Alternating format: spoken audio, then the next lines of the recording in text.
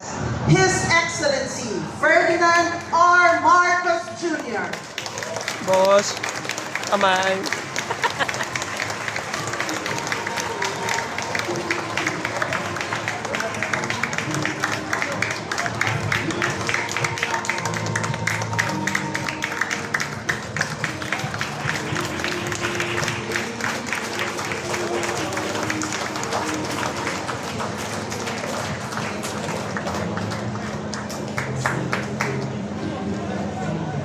Maaari na po tayong maupo.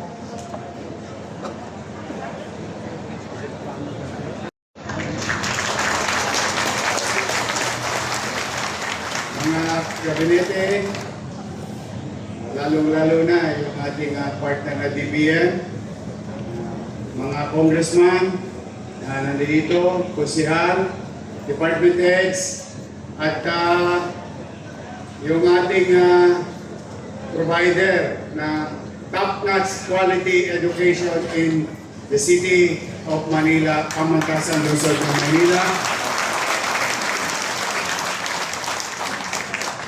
Lahat ng mga guro ng ating PLN, department heads at saka yung ating mga minamahal na mag-aaral ng Pamantasan, Luzon ng Manila.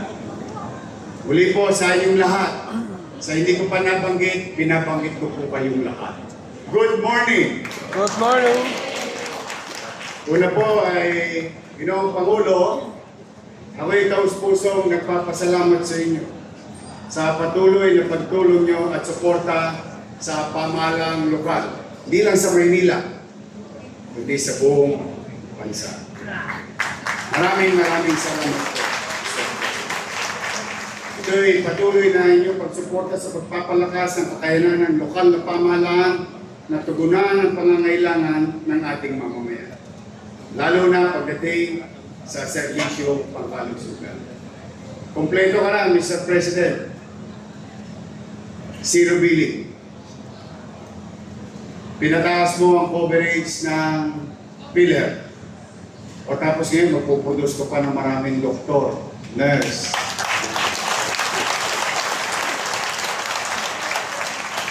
Kung mula sa kalye, Mr. President, walop na, kompleto na. Kaya po, Mr. President, hindi po kayo nagkamali sa pagbibigay ng suporta sa pagtatatag ng bagong gusali ng Pamantasan, Luzon ng Manila College of Allied Health Sciences. Mas madalit salita sa mga kababayan natin. Ito po yung mas kilala na College of Medicine. Pero mas tama daw po yung Allied Health Sciences. Dahil ang mga mag-aaral dito ay mahuhusay. At even the First Lady herself can attest to her former student when she was teaching in the College of Law sa Pamantasan, Luzon ng Manila. Halos taon 100%. At madalas pa nasa top 10 ang aming mga mag-aaral. At hindi rin po kayo nagkamali, Mr. President, na kami pagkatiwalaan sa lungsod ng Maynila. We guarantee you, in our own little way, with all the resources in mind, physical ability, that we will finish this on time as scheduled, like what we did with Paseco Community, Condominium 1, Condominium 2, Binondominium 1, San Lazaro Residence, San Sebastian Residence, Pedro Hill Residence, Albert Elementary School, Manila Science High School, Rosario Almario Elementary School, at yun nasa harapan po natin na Manila Zoo. At itong hospital ng Manila. All done in less than 3 years at the height of pandemic.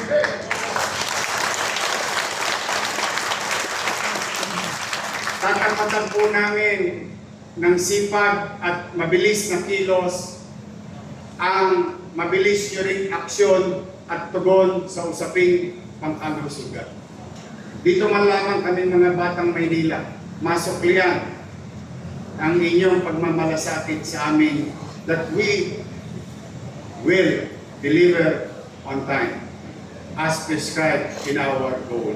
Kaya muli po, Mr. President, maraming salamat.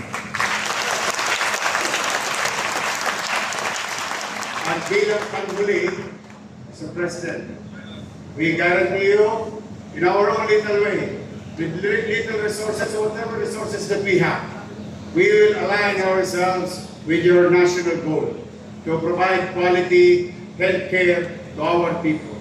Whether on financial assistance, whether on delivery of services, whether putting up facility, whether buying equipments, and now producing medical professionals in the next generation.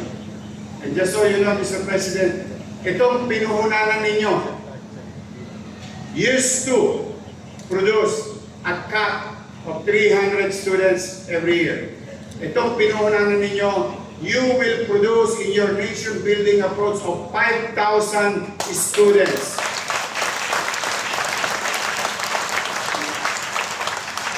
And it's worth every penny of taxpayers' money. Kaya muli, thank you, Mr. President.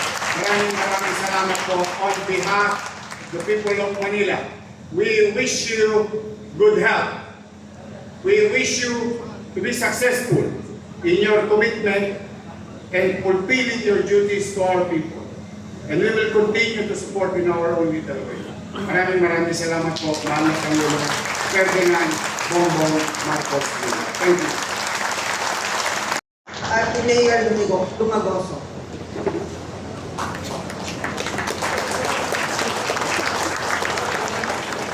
Maraming salamat po, mahal na Pangulo.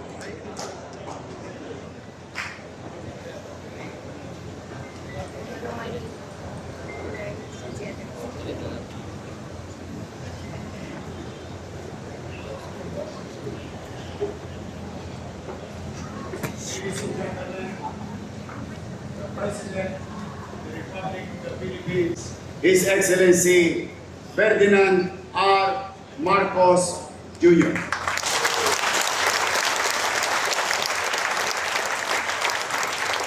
Maraming salamat sa ating butihing Mayor ng City of Manila, Mayor Isko. Ulit magsimula tayo. And the honorable members of the House of Representatives who are here with us this morning, Manila Vice Mayor Angela Atienza, Maynila Medical Center Chief OIC Dr. Grace Padilla, the pangangtasan ng lungsod ng Maynila PLM University President Domingo Reyes Jr., fellow workers in government, other distinguished guests, ladies and gentlemen, good morning. Alam niyo po, totoo yung sinasabi ni Mayor na nung nagturo ang First Lady dito sa PLM, na siyang nagturo, siya yung naging professor sa Pagkasiya sa inyong law school. Sa dinami-dami, sabi niya, sa dinami-dami ng naturuan ng mga estudyante sa iba't ibang eskwelahan, sabi niya, ang pinakamagaling at pinakamasipag na naging estudyante niya ay dito galing sa PLM. Dahil, siyempre, hindi ko na babanggitin yung mga ibang eskwelahan na naturuan niya. Pero sabi niya, yung mga ito, yung anak mayaman yung mga yun, yung mga school. Dito, ang sisipag daw. At talagang siniseryoso, dinigil din ng mabuti ang kanilang pag-aaral. Ay palagay ko, ganun din ang mangyayari dito sa inyong hindi pala medicine, hindi medical school. All the skills and all of the necessary training for all healthcare workers ay dadaan dito. Nakakagulat na magkakaroon ng 5,000 nalalampasan ng gusto yung 300 nung nakaraan. Kaya naman napakasaya ko na makapunta dito sa okasyon na ito. Dahil itong araw na ito, sinagawa natin ang groundbreaking ceremony ng College of Allied Health Sciences Building ng PLM. Ito ay programa ng lokal na pamahalaan na magpapataas ng kalidad ng serbisyong pangkalusugan. Sa pagtatayo ng College of Allied Health Science Building, mabibigyan ng pagkakataon ang nakakabatang henerasyon na aralin ang mga kursong pang-medisina. Sila po ang mga susunod na haligi ng ating sektor ng pangkalusugan. Sa pagbibigay ng pondo upang maipatayo ang atong pasilidad na ito, layon ng pamahalaan na mabigyan ng oportunidad ang mga estudyante na nangangailangan na makapag-aral sa mahusay na universidad. Inilulunsad din natin ang bagong science courses dito, kabilang na ang medical technologies at radiology technology. Higit sa lahat, mahalaga ang programa ito sa pagbubuk ng mga magagaling na profesional sa larangan ng medisina. Nakakasiguro ako na huhubugin ng eskwelahan ito hindi lamang ang kaalaman at karanasan ng ating mga future na doktor, ngunit pati na ang kanilang prinsipyo at ang kanilang karakter. At para sa 16 na top-notch graduate ng health-related courses, hindi ba ninyo naabutan ng bagong gusaling ito at tupad naman ninyo ang inyong pangarap na makapagtapos. Naway magamit ninyo ang inyong natutunan upang maglingkod sa mga pasyente at mapapagaan ang kanilang pinapasa. Kailangan kayo ng ating bansa. Hangad din natin maging halimbawa ang proyektong ito upang magpalawak ang sakop at mapabuti ang kalidad ng edukasyon na ating hinahatid sa ating mga kababayan. Batid natin ang mga pagsubok na hinaharap ng ating mga kababayan. Kulang ang akses sa serbisyong medikal, kulang sa modernong teknolohiya at pasilidad sa mga ospital, kulang mga healthcare center at healthcare workers sa ating mga bayan. Kaya bilang suporta ng pamahalaan, hindi bababa sa 500 bilyong piso ang inilaan natin sa budget ngayon upang maging mas epektibo ang ating health sector. Mahigit 27,000 piso ang nakalaan ngayon para sa Department of Health at para sa PhilHealth. Makakatanggap naman ng higit 13 bilyong pisong budget ang specialty hospitals natin. Ito po mga specialty hospital ay tinutugunan talaga natin dahil nakita natin nung panahon ng COVID, nakita natin na kulang mga specialty hospital at dito lamang sa Maynila, nandito lang sa Metro Manila. At kaya naman, sabi naman, hindi naman tama yun dahil malayo bang probinsya, yung mga kasakit ay dadalhin pa rito. At kung minsan, hindi na umaabot. Kaya ang ginagawa po natin ay nagpapatayo tayo, hindi naman kahit hindi po ospital. Pero meron tayong idadagdag sa mga nandyan na ospital para meron tayong tinatawag na specialty centers. Halos 9 bilyong piso ang nakalaan naman para sa DNP at mga sundalo at para sa mga pulis ng PNP Hospital. At halos 8 bilyong piso ang para sa mga programa ng lokal na pamahalaan.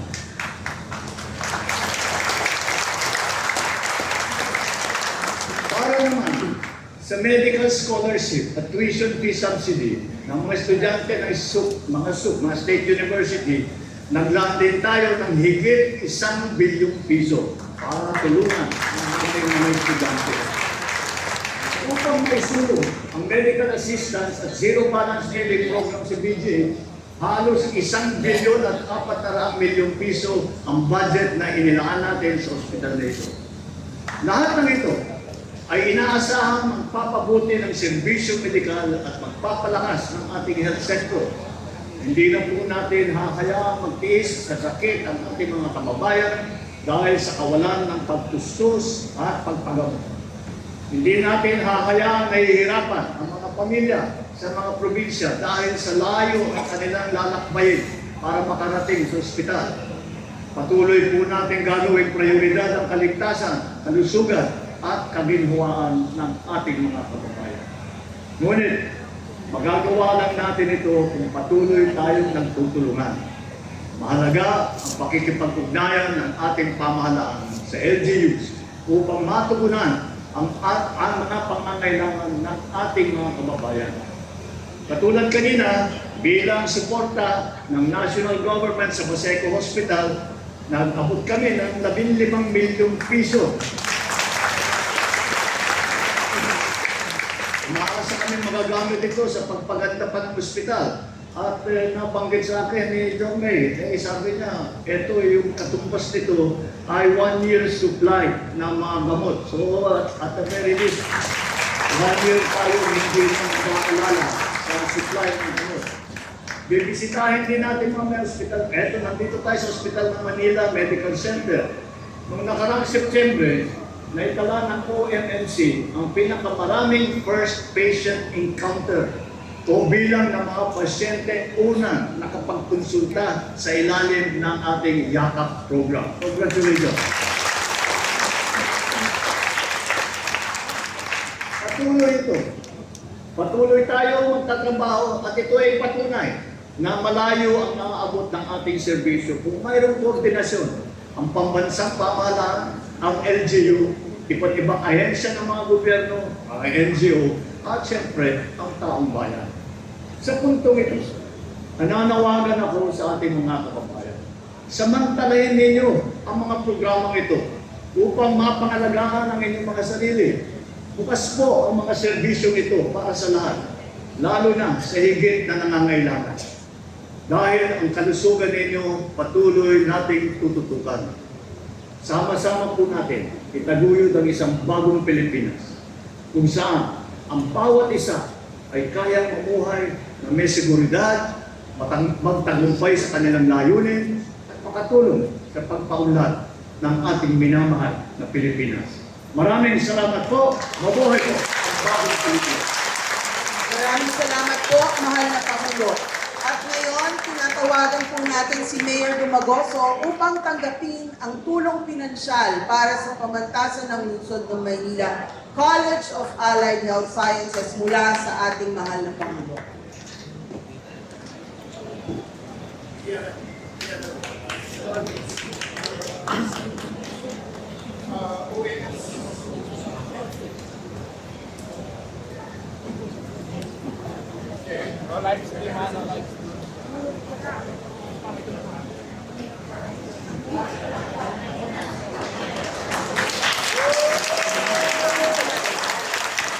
Muli, maraming salamat po, mahal na Pangulo.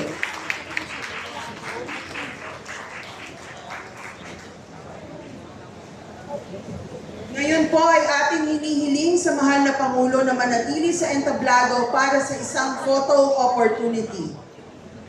Tinatawagan po natin ang lahat ng pamantasan ng lungsod ng Maynila officials na magtungo sa entablado. Department of Health and Manila Health Department officials, maghanda na po.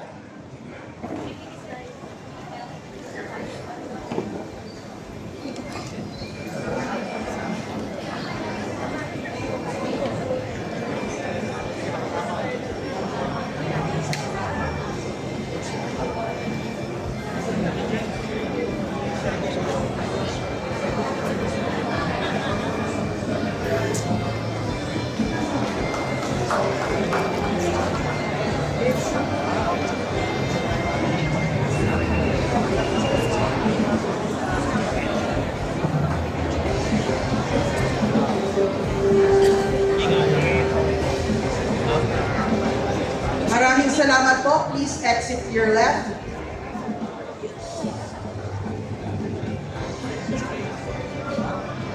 Maraming salamat po. Please exit to your left.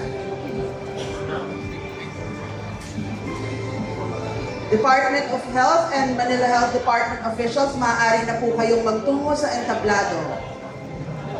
LGU Manila officials, maghanda na po. Gamutan mo ma. Maala yan.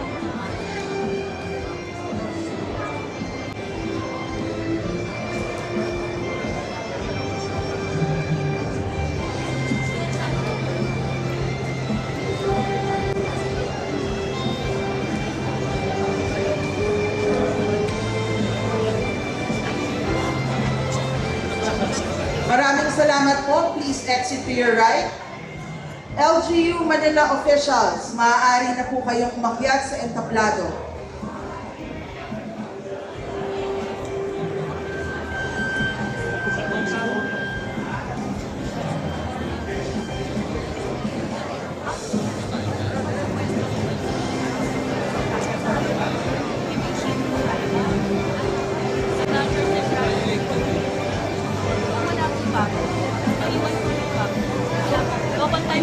PLM top notchers at graduates, maghanda na po.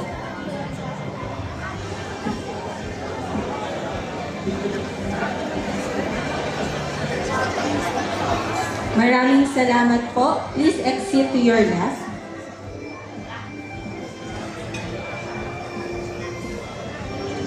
Maraming salamat po. Please exit to your left. PLM top notchers at graduates, maaari na po kayong umakyat sa ating entablado.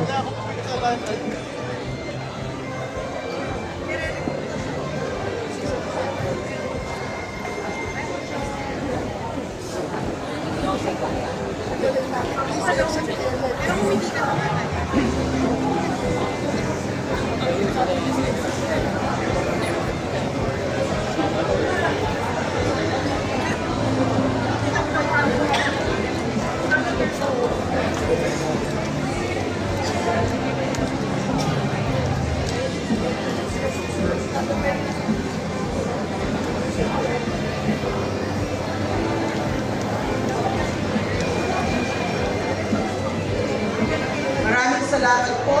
Please exit to your right. Maraming salamat po, mahal na Pangulo. At dito po nagtatapos ang ating programa.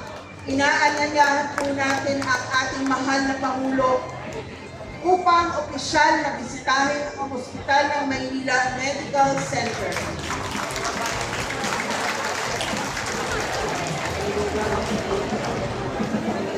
Muli ang Pangulo ng Republika ng Pilipinas, His Excellency Ferdinand R. Marcos Jr.